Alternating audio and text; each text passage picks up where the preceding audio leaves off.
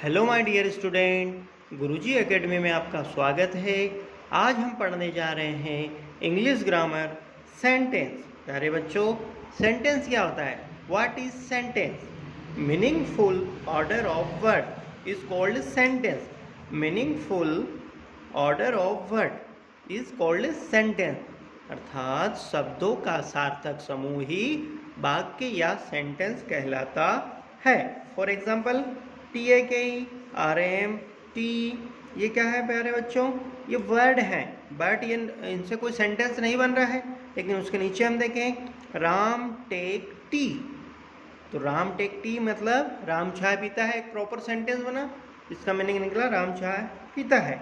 Next हमने लिया home to go आई, ये वर्ड थे बस, बट इसका कोई मीनिंग नहीं निकला, तो इसलिए रॉन्ग है। हम बात करें I go to home, I go to home means मैं घर जाता हूँ, इसका मीनिंग निकलता है मैं घर जाता हूँ। तो ये एक प्रॉपर सेंटेंस है, या हम कह सकते हैं मीनिंगफुल सेंटेंस है। नेक्स्ट सेंटेंस मेक थ्री, जो सेंटेंस है, सेंटेंस हैव थ्री पार्ट। जो आपके सेंटेंस हैं उसके मुख्यतः तीन पार्ट होते हैं, तीन मुख्य पार्ट होते हैं। वो तीन मुख्य पार्ट क्या है? Subject, verb, object. सेंटेंस के तीन मुख्य पार्ट है subject, verb, object. SUVJECT subject, VERB verb, OBJECT object. Subject को शॉर्ट में एस कहेंगे, वर्ब को शॉर्ट में वी कहेंगे, ऑब्जेक्ट को शॉर्ट में ओ कहेंगे। तो हम कह सकते हैं जो सेंटेंस है वो सब्जेक्ट, वर्ब, ऑब्जेक्ट तीनों से मिलकर बनता है। या हम कह सकते हैं सेंटेंस मीन्स वाक्य। वाक्य तीन चीज़ों से मिलकर बना होता है, कर्ता, क्रिया, कर्म। सब्जेक्ट मीन्स कर्ता, वर्ब मीन्स क्रिया, ऑब्जेक्ट मीन्स कर्म। सब्जेक्ट कर्ता, वर्ब क्रिया, ऑब्जेक्ट मीन्स कर्म। तो प्यारे बच्चों, सब्जेक्ट, वर्ब और ऑब्जेक्ट ये तीन पार्ट होते हैं, तीन मेन पार्ट होते हैं, तीन मेन पार्ट होते हैं सेंटेंस में।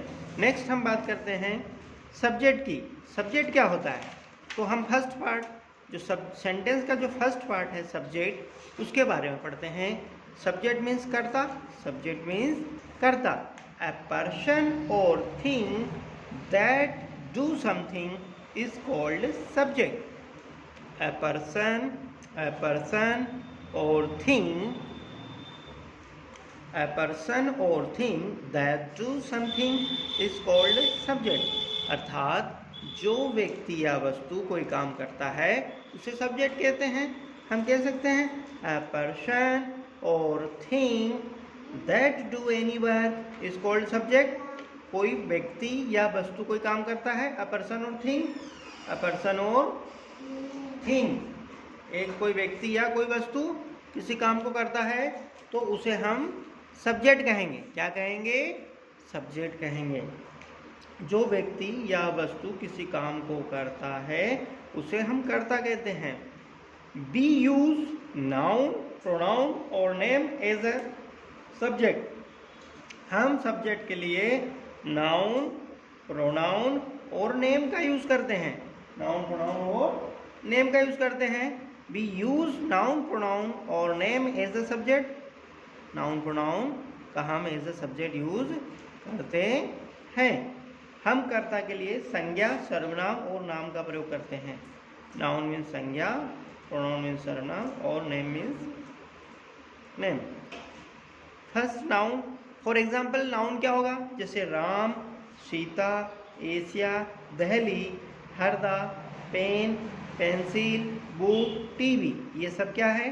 Ram, Sita, Asia, Delhi, Harda, pen, pencil, किताब, टीवी, ये सब नाउन हैं और इनका यूज़ हम एज अ सब्जेक्ट करेंगे।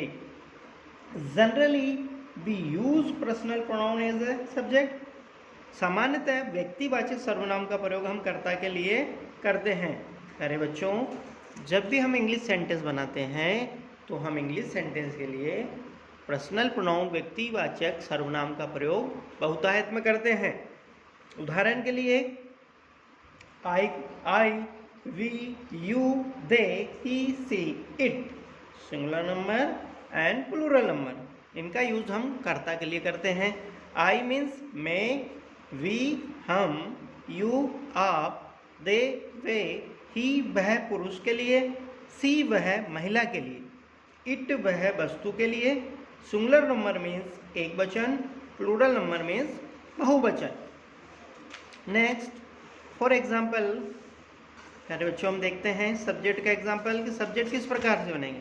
तो जब भी हम इंग्लिश या हिंदी का सेंटेंस रीड करते हैं या बनाते हैं तो ऑलवेज सब्जेक्ट स्टार्टिंग में आएगा, सब्जेक्ट हमेशा शुरू में आएगा। एग्जाम्पल के लिए, राम चाय पीता है, राम चाय पीता है। तो राम चाय पीता है तो इसमें चाय पीने की बात किसकी हो रही है? राम की। तो राम यहाँ क्या है? सब्जेक्ट है। Ram takes tea, Ram is a subject. मैं फुटबॉल खेलता हूँ। कौन फुटबॉल खेलता है? मैं फुटबॉल खेलता हूँ। कौन फुटबॉल खेलता है? मैं फुटबॉल खेलता हूँ। तो यहाँ फुटबॉल खेलने की बात किसकी हो रही? मैं की। तो मैं क्या है? सब्जेक्ट है। ये हमेशा स्टार्टिंग में आएगा। जब भी आपको किसी भी सेंटेंस में सब्जेक्ट फाइंड करना हो तो वहाँ हम कौन का यूज़ करेंगे? किसका यूज़ करेंगे? किस क्वेश्चन वर्ड का यूज़ करेंगे? कौन का। तो हमें वहाँ सब्जेक्ट फाइंड हो जाएगा। अगर इंग्लिश सेंटेंस है I play football, I play football, तो हम हु का यूज़ करेंगे। Who play football, I play football. तो यहाँ सब्जेक्ट कौन है? आई है। तो हमें कौन और हु का यूज़ करना है सब्जेक्ट फाइंड करने में।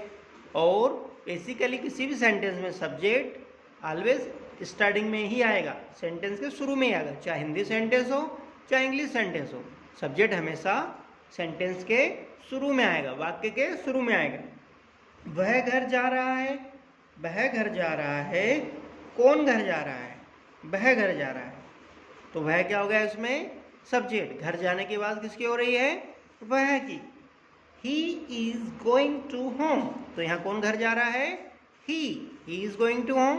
तो who is going to home? He is going to home. तो इसमें ही क्या है? सब्जेक्ट है। नेक्स्ट हम बात करें वर्ब की। अरे बच्चों, सेंटेंस का जो सेकंड मेन पार्ट है वो है वर्ब। वर्ब क्या होती है? वर्ब को हिंदी में कहेंगे क्रिया। वर्ब मीन्स क्रिया। Name of action is called verb. Name of action is called verb. Name of work is called verb. अरे बच्चों, नेम ऑफ एक्शन मतलब आप जो भी क्रिया या एक्टिविटी करते हो सुबह से शाम तक, उसे हम वर्ब कहेंगे। या जो काम आप करते हो उस काम का नाम ही क्रिया है, उस काम का नाम ही क्रिया है। तो name of action is called verb, name of work is called verb. Verb is a word that describes the subject. Verb is a word that describes the subject. Verb एक ऐसा शब्द है जो कर्ता का वर्णन करता है। कार्य के नाम को क्रिया कहते हैं। There are 5 types of verb. There are 5 forms of verb. प्यारे बच्चों, जो वर्ब है उसको हम 5 फॉर्म में लिख सकते हैं। कितने फॉर्म में लिख सकते हैं? 5 form, 5 form. There are 5 form of verb. Verb के हम 5 फॉर्म लिख सकते हैं। For example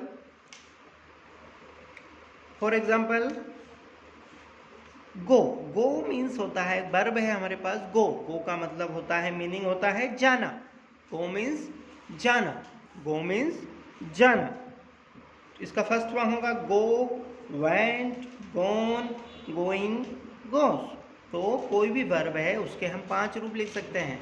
first, second, third, fourth और फिफ्थ। ऐसे 5 फॉर्म में हम कोई वर्ब को लिखते हैं।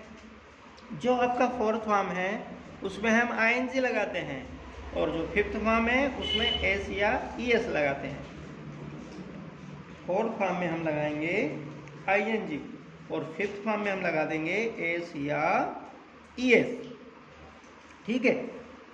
हमेशा फर्स्ट फॉर्म में आप ING लगा दोगे तो वह फोर्थ फॉर्म बन जाएगा। फर्स्ट फॉर्म में आप S या ES लगा दोगे तो वह फिफ्थ फॉर्म बन जाएगा। तो प्यारे बच्चों, फर्स्ट एग्जांपल देखिए वर्ब का गो। गो मीन्स जाना।